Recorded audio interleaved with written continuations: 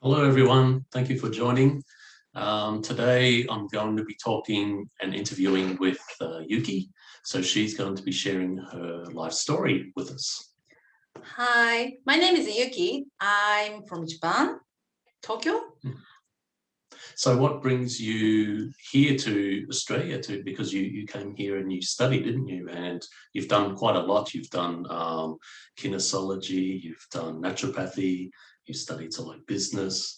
Maybe we can start from there and maybe talk about what is that brought you here to study naturopathy and kinesiology.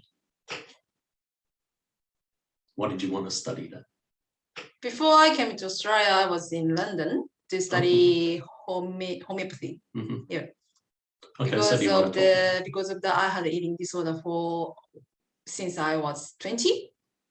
Then no solution. So I've seen psychiatrists and then taking medication, drug treatment didn't work for me. And then the doctor, I begged doctor to hospital because I was so sick, and then I sick of myself, and I thought that I'm crazy.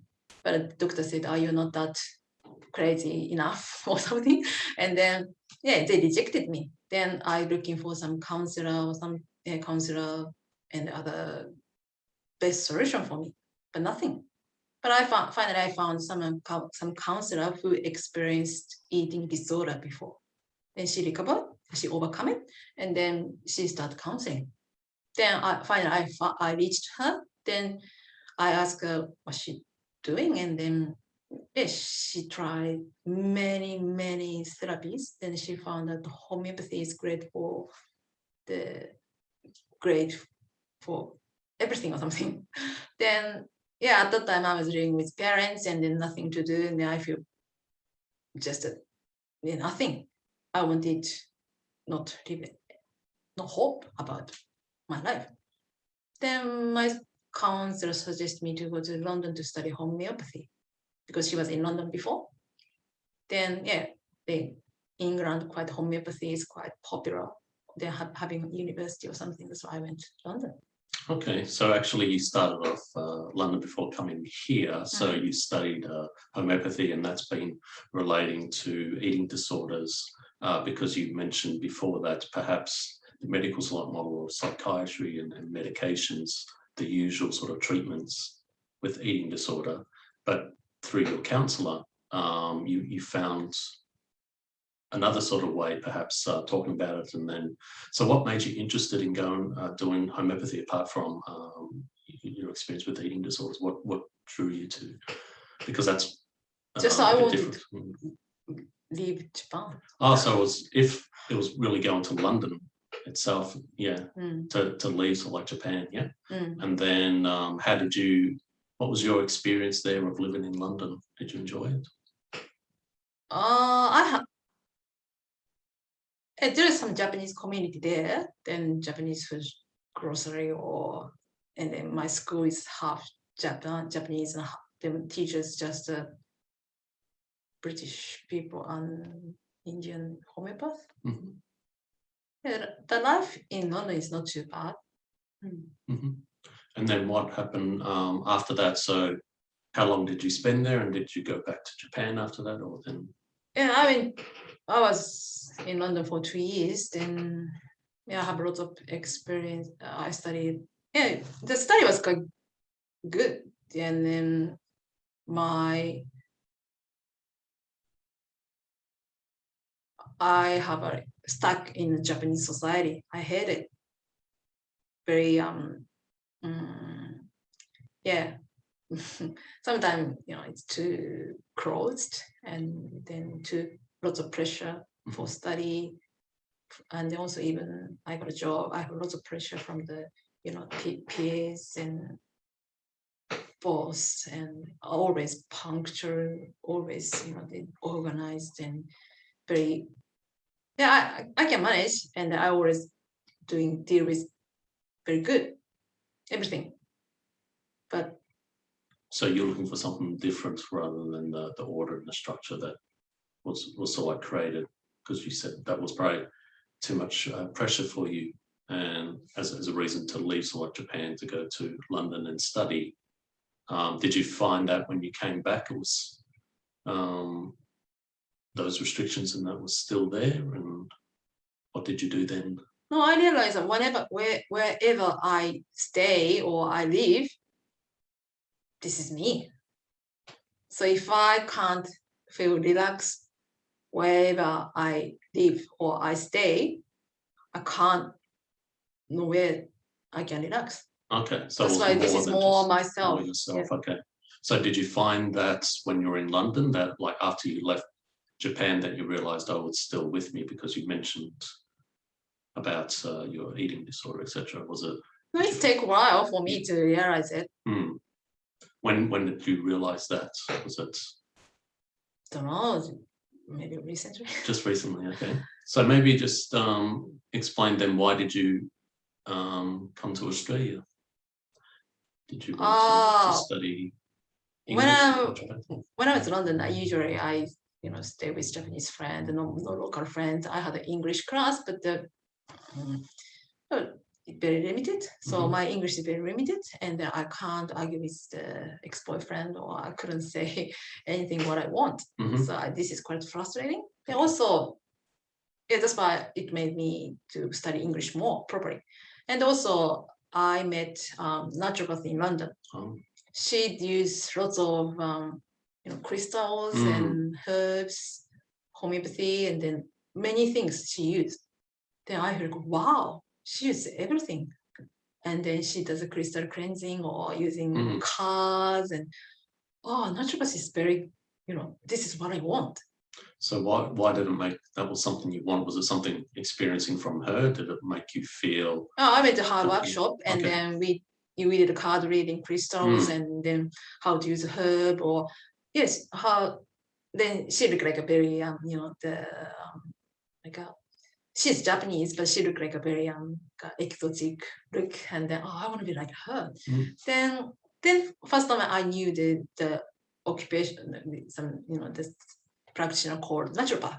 Wow. They are looking for the school, but in London it's hard to get a visa to stay.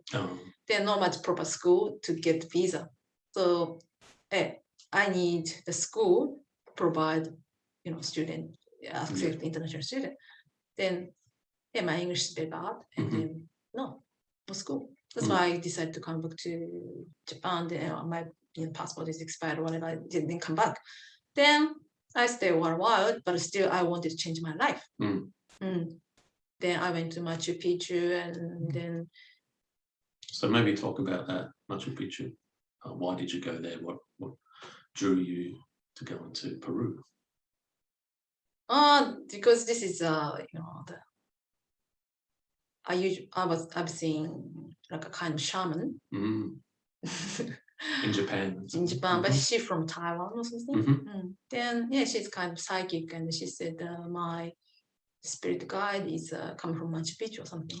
But I was born in South America.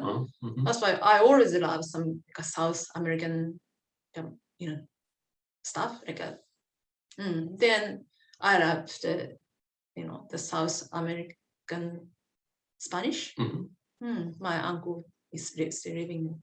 He's living in America, but that's why I attracted to there. Then quite inspiring. Just I joined a big tour, the tour group by myself.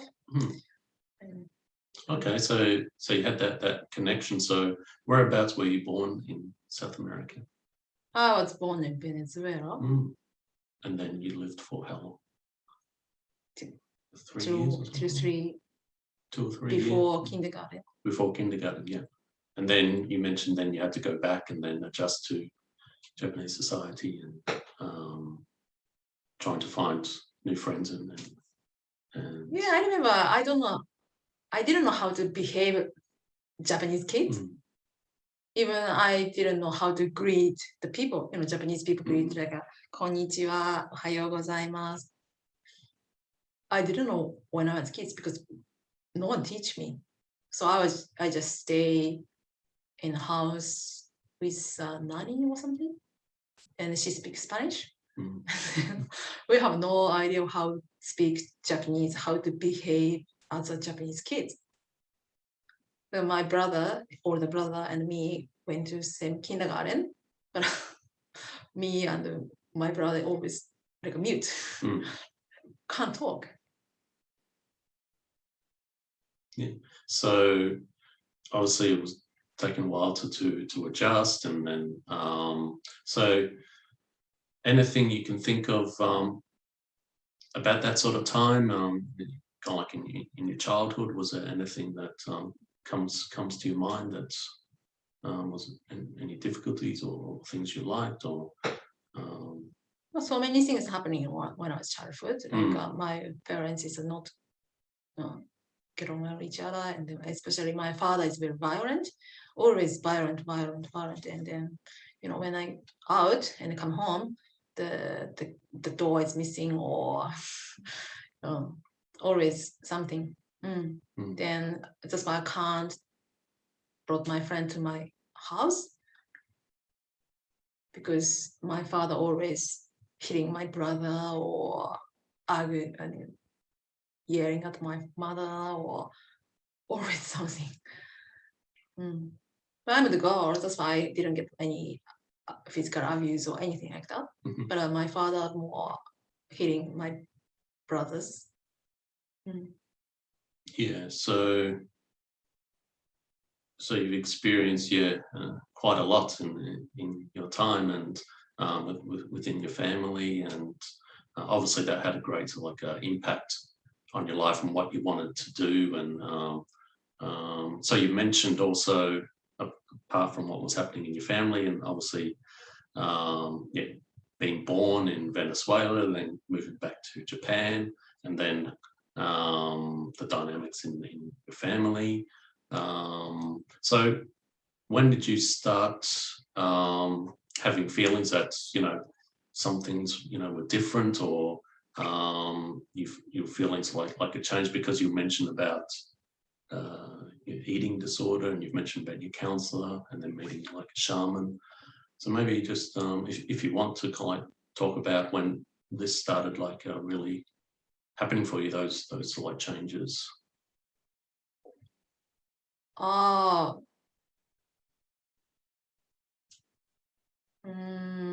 Like my father, I want my father and my mom be nice to each other, and I want to do some like a family picnic, more safe, like a nice. So our family trip is always hell, always arguing, and I always thinking, one of us will kill my father sometime. Always fear. Then that's why I need to be the one. It's a good girl for my father. That's always I listen to him, and I never against him. I always protect my younger sister, younger brother, and then I always make sure they are safe, and also I always make sure my mom is happy as well and safe as well. So that make me a guy feel lots of responsibility towards my family. Then also I have to study, and then when I found that my mother has got big expectation, on me to be good academic way, and then also she has a kind of anger towards men. That's why she said the women should be independent, and then without men, the women should be earn money by themselves or something. That's why she put me to the girls' school. Then, of course, if I go to the private posh school, everybody's so smart.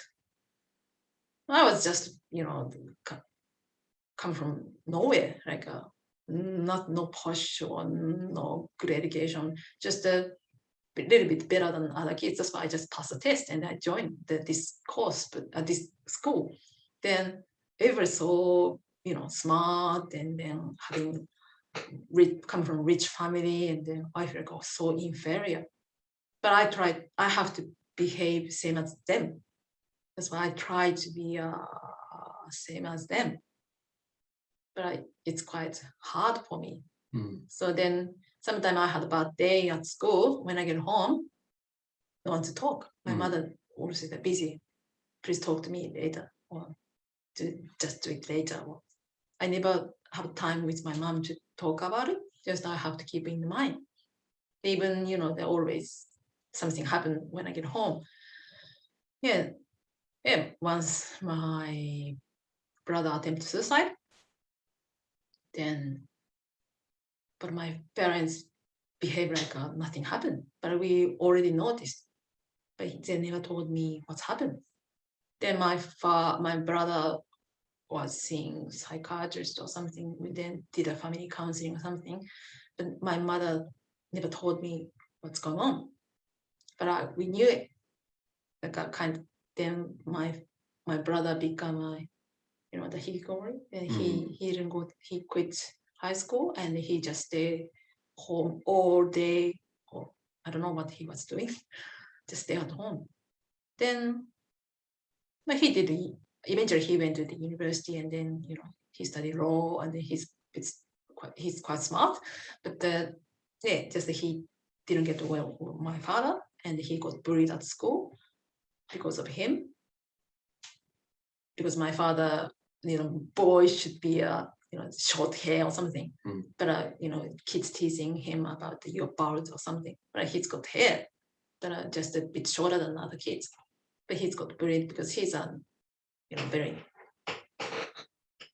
quiet boy. That's why he got bullied. Even I got bullied because of him. But I fight back. So I'm quite opposite to him. Yeah. Then I just wanted to be a kind of stronger or something. That I try to cope with everything. Then after I become a university student, then lots of girls start interested in the men, boys.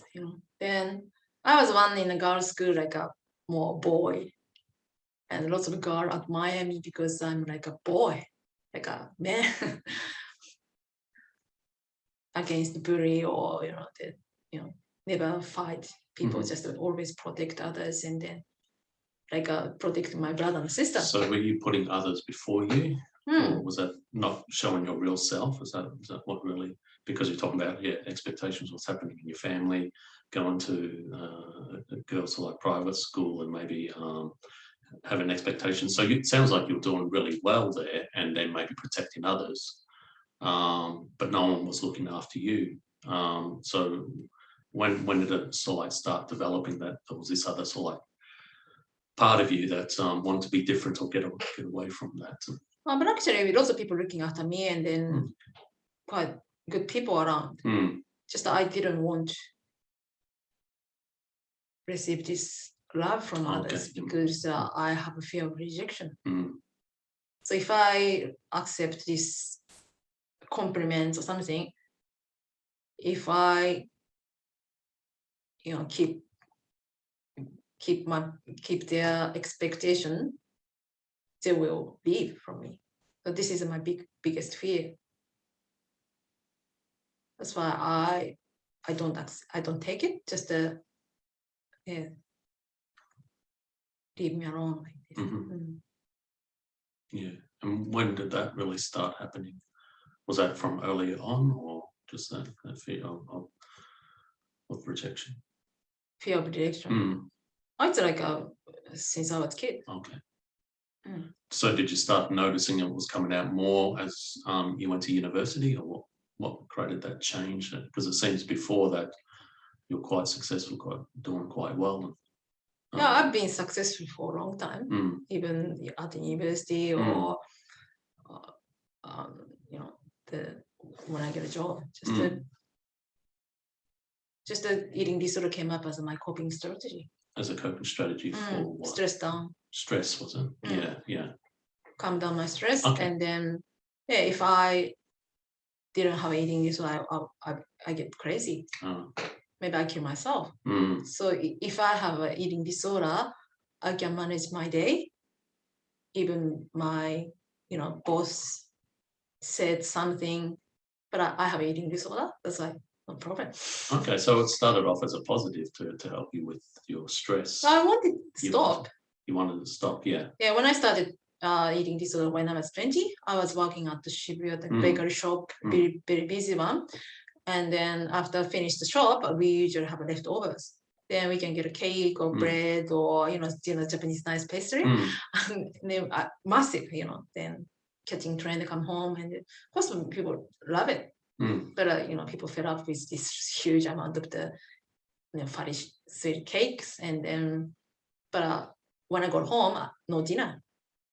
Then just I eat it. Then I start to feel like I'm getting not fat, but I just feel like feeling fat.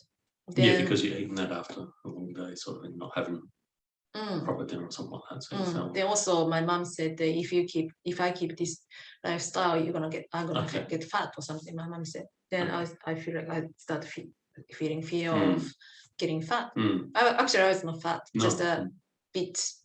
As a puberty kick in, I had a bit late puberty, but after puberty kick in, we start to feel like body changing.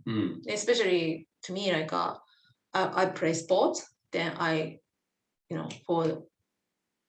stopped playing sports before I got a job. I did retire from the sport. Then no sports, and then kind of start feeling I need to exercise more. Then I started exercising, and then I run a lot like crazy to burn the calorie what I eat. Yeah.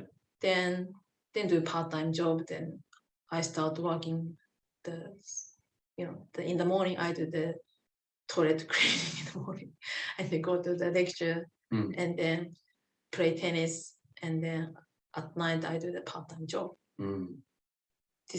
That was my lifestyle when I was 20. Then I started to feel like I'm getting crazy, and then one thing came up for me is eat and vomit is a good way to distress myself, because it's a great way for me.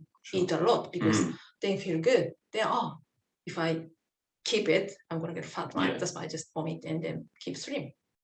Then, but I usually escalating. So that eating disorder control my life. It was controlled before, but out of control. Okay. That's why I couldn't go to university sometimes. I skipped the class. I have a kind of a strong responsibility to at the part-time job. That's why I never skipped the job. But finally I quit because my body is not functioning anymore. Then, but still my life is going on. That's why I have to get a job. After university, then I got a job offer from lots of companies, and then I took best one because my parents happy. Then because I was a very good student. Then, but at that time I didn't care about my future. I didn't care about my body. I didn't care about anything else. That's why even I had a boyfriend at that time, I didn't care about him. Then he kind of expecting me to get married and then looking after him. I said, no way. And then I just, So when did you then decide to go see a counselor? Because you mentioned it was in control before, then out of control. How much longer was it before you went to see a counselor? When I was 28. So from 20 to 28. So nothing. And no one else really knew about it. Just keep working. Because you were working and you were able to keep it under control. Then see the psychiatrist, get a medication. Then. Okay. So you went to see a psychiatrist first, and that didn't work. Didn't work. No. Then after medication destroyed my, brain chemistry. I couldn't sleep, and then I woke up, whole night and then fixing the wall. My sister crazy about me, and sometimes I fall asleep in the toilet and then stuck in the door. I said, my family thought I'm dead. Actually, I'm not dead. But I become crazy with the medication. But I thought this is sometimes I got high state, manic state, and then even I did a shoplifting, but I can't remember. what I did. Because of the medication. Then I still remember I changed job 3 or 4 times. Then every time, we got some entry ceremony for the company. Then I remember I fall asleep in front of the, everyone because of the medication. Because I was so nervous to go to this ceremony, right? Then I take medication, I fall asleep, and then then people freaked out. But yeah, Japanese, this ceremony is very serious, right? Yeah, medication just made me everything crazy. Then my mother realized something wrong with me. Then it's not the time for just walking and destroy your body. Stop taking medication, stop the job, just rest. Till 28, nothing, and then I was reading the alternative solution. So you're interested in alternative. After the medical treatment fails. Okay, so you're looking for other ways to. Then try to find some group, what do you call, like a self-help group for the eating disorder, and then also counselor. I couldn't find it, but I found her book, like experienced counselor or something like someone who experienced mental illness become a counselor. So then it's like a same as peer support group. Okay. Then she did peer support group as well. Then I joined this group, and then she's pretty busy at the moment. I just see once a month, or then join groups, discussion groups, therapy once a month. Then after 2-3 years, I decided to go to London. Okay, and so then that's when you probably realized that. So obviously, from your own personal experience going through the psychiatry and medications, and so you've got your own personal experience with that, and realizing that it wasn't effective for you. So that's why you were looking. Then you found your counselor, and then homeopathy, and then you went back to Peru, and you were traveling, and then you came to Australia, and then so you said your interest in naturopathy really started in London, and then you came here and you studied that here, didn't you? And then as well as then moved to kinesiology. So maybe just tell us why you really went into that sort of area, naturopathy and kinesiology, if that's. After I finished the homeopathy course for 2 years, my symptoms gone. I thought I cured or something, but actually still my mind is still the same. Like I said earlier, wherever I live or wherever I stay, I'm same. Just temporary, I stay in Japan and having family and then having my dog, and that's why my symptoms are temporarily gone. I feel like I'm cured or something. Then I decided to go to Australia to study English first, because going to uni, I need to English school. Then I studied English in Perth, and then I got school. And then my mom has got brain stroke after that, and then I have to stay halfway to looking after her. Then they don't have mid-year intake. That's why I have to move to Melbourne for the mid-year intake.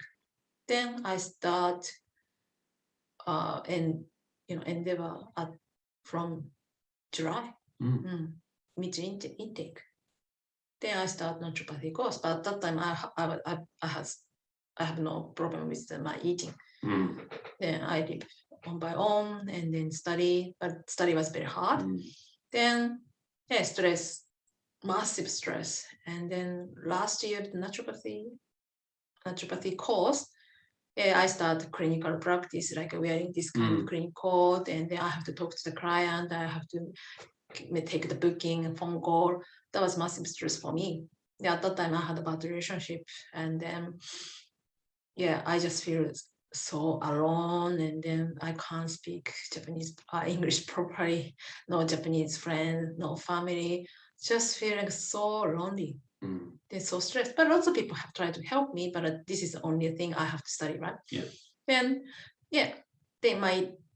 I remember I feel like if I got eating disorder again, how much I feel better.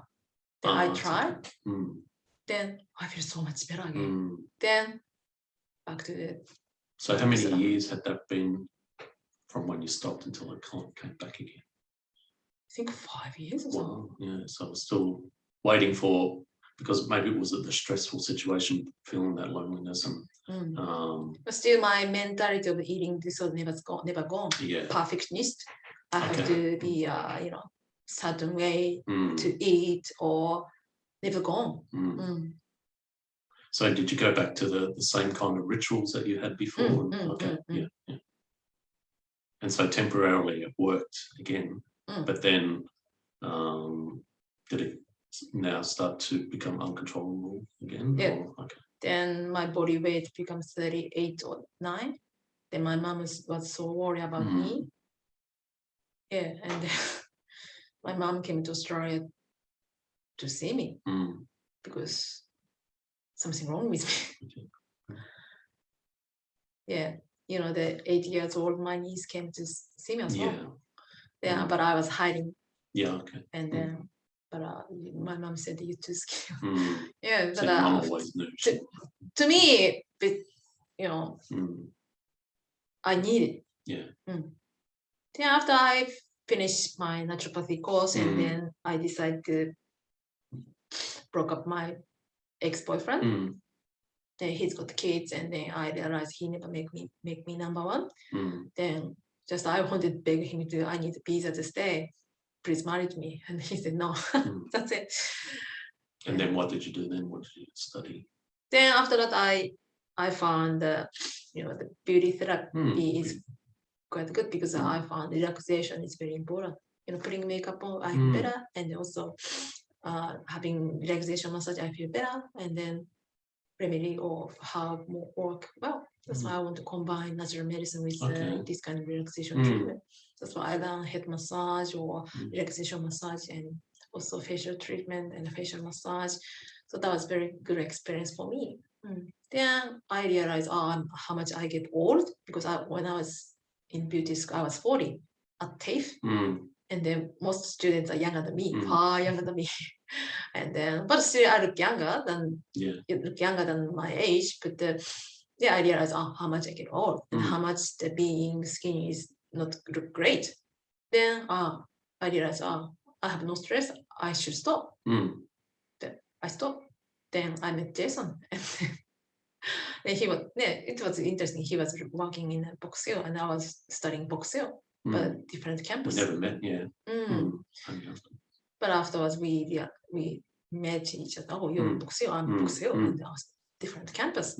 Anyway, that's why after I finish, I get out from stress, my eating disorder gone means, that was my coping strategy. Then when I look back my life, actually eating this working for me. That's why I never, let go of this eating disorder. Actually, eating disorder helped me to cope my difficulty in life. And also, it's like the support from myself. But I really hated myself to having it. But now I can appreciate my experience of the eating disorder. That's why I wanted to, tell this experience to others. And also I want to use my coping strategy, and then how to recover from eating disorder. Yeah. And that you found so there was a lot of strengths in that, even during that time, wasn't there? So even though you had like eating disorder, even whether that was in Japan, you'll still be able to work and study. And then you went to London and you're studying there, and then you had to come to Australia, and the stress, which is understandable because now you're doing a degree in naturopathy, and then a lot of assessments and being alone and things like that.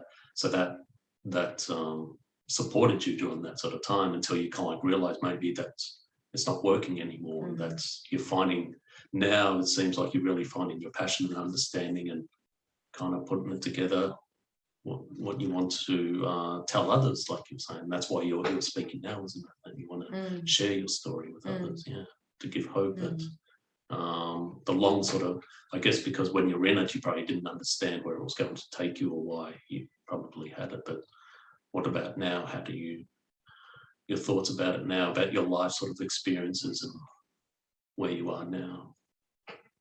Does it make more sense to you at the moment, or what you want to do with your life? Or still working on it? No, I have only experienced eating disorder in my life. But you've also done I can proud of myself for Yeah. having eating disorder for 13 years and 2 years relapse, and then 15 years spent my life, my energy, my money, and my, passion towards eating disorder. Yeah, and then that's why I'm good at reading food label, and then which food is good, bad, and then even cosmetic, which ingredients good for the skin, bad for the skin, and then what chemical is how affecting the body, or this is what I want. Yeah. So something into my body, I want to be a pure. I want to be a clean. Yeah. Rather than having bad, same as emotion. I don't want to get some bad the influence from them. That's why I need to keep clean, nice, and then that's why I have a little bit of obsession about it as well. But now it's become more easy going. But before, I have a kind of obsession to be clean, to be pure, to be certain way about my life, because this is my protection. Yeah. And kind of eating disorder protect myself from some harm, or I'm not sure. Just being eating disorder, I don't need to cope with my core problem. Then numb myself. I have a massive fear of speaking English or having friends. That's why I don't have much friends, because I have a fear of rejection. Even now, I have kind of, but having Jason, he never rejects me. He accepts who I am, and then whatever I do, he accepts everything. So I feel safe here. I feel more myself here, because it's Australia and Japan. I don't just being with him make me more safe and make me more myself. Do you remember even when I was in Japan, I feel I'm the same. Yeah, sure. Because you, so that's why he made me stronger and more assertive. But before I met Jason, I'm afraid to get a job. I'm afraid to speak others. I'm afraid of talking over the phone with someone. But now, if I have some trouble, Jason, talk to just throw to the Jason, and then he deal with everything. But before that, I couldn't ask anyone to help me. I just everything by myself. But you still have your own strengths. It's not just me. I think it's perhaps because it's the same with me. I work better with you, and you've helped me with my sort of like life goal and where I want to go and making sense of it. So it's always good to have someone to share that with. But I think it's also you've had time to sort of reflect, and you're doing what you really love. You studied what you sort of love, and now setting up the practice, and even doing kinesiology and tarot, and then talking to people with eating disorder. It's starting to sort of come together as well. Whereas I remember when you were had a job in doing sort of like massage and that you were always quite tired and not happy with that, because you weren't doing what you're really passionate about. You're just doing it for money, because you thought you had to have a job sort of here. And that also created a bit of stress between us, because I was working and you kind of like working. We didn't see each other because you were on weekends and I was doing weekday. So I think also getting our life sort of balance is also sort of important as well, isn't it? Yeah. Mm. So maybe as to kind of finish up, is there anything else you'd like to say? Or Everybody has got different recovery journey. Some get recover from other things, but most important thing or most help me was changing my belief.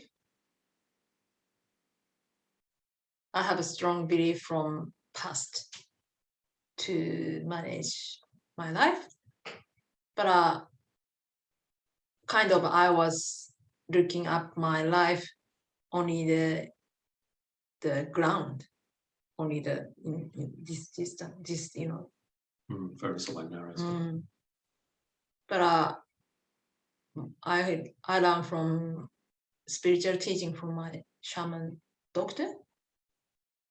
So yeah, she just teach me after we die, where we going, and about karma, about aura, or about the energetic existence.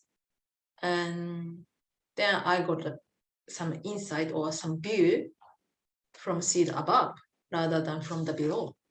So when we look up something, it's too hard. But when we look from the some bird's view, like I can see the whole picture. That's why it happened to me. That's why it's happened to me.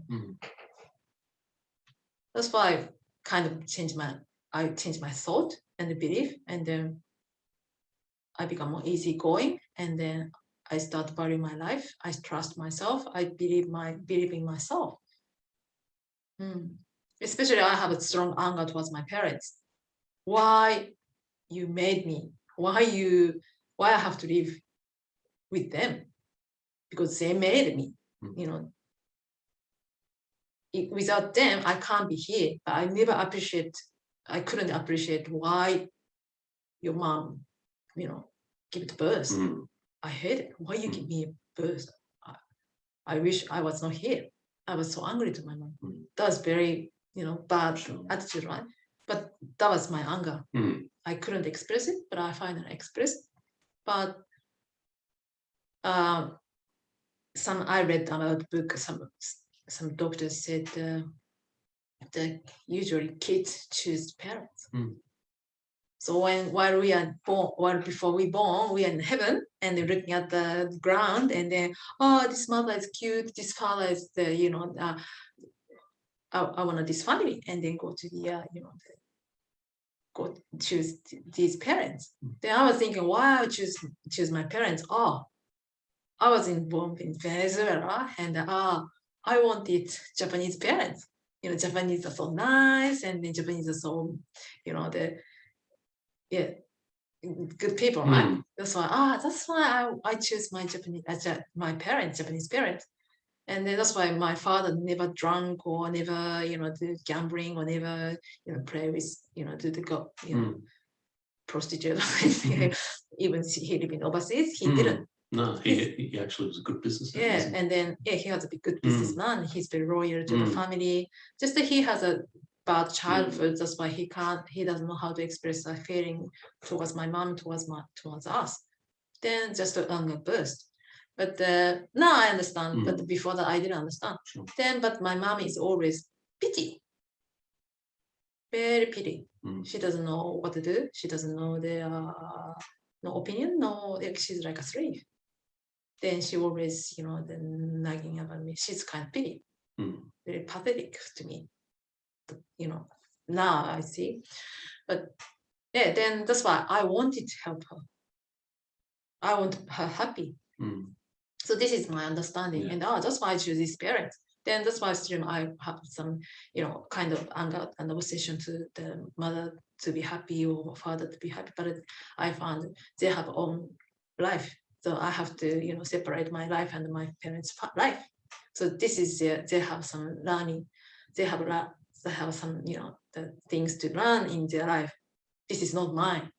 I mixed up everything, my parents' things, my thing, and mixed up. So that's why I just take all my parents' expectation. But this is their expectation is their come from them, not me.